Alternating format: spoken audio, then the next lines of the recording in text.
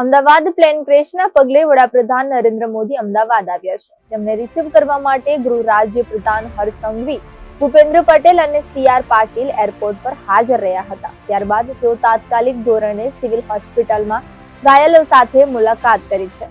એરપોર્ટથી સીધા જ સિવિલ અને દુર્ઘટના સ્થળની મુલાકાત લીધી છે. મેઘાણીનગર વિસ્તારમાં એર ઇન્ડિયાનું વિમાન ક્રેશ થયું છે.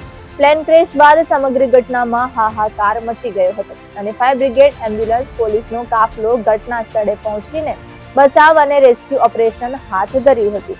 આ કામગીરીમાં બીએસએફ અને એનડીઆરએફની પણ મદદ લેવામાં આવી હતી. આ ઘટના પ્લેનમાં સવાર ફક્ત એક જ વ્યક્તિ બચી ગયો છે. આ કમનસીબ ઘટનામાં ગુજરાત રાજ્યના પૂર્વ મુખ્યમંત્રી વિજય રૂપાણીનું પણ અવસાન થયું હતું. પોતાના સ્વજનોને ગુમાવનાર પરિવારોમાં માતમ છવાયો હતો. રાજ્યના નેતાઓ અને મંત્રીઓ ઘટના સ્થળે દોડી આવ્યા હતા. કેન્દ્રીય ગૃહમંત્રી અમિત શાહે પણ ગુરુવારે સાંજે ઘટના સ્થળની મુલાકાત લીધી હતી.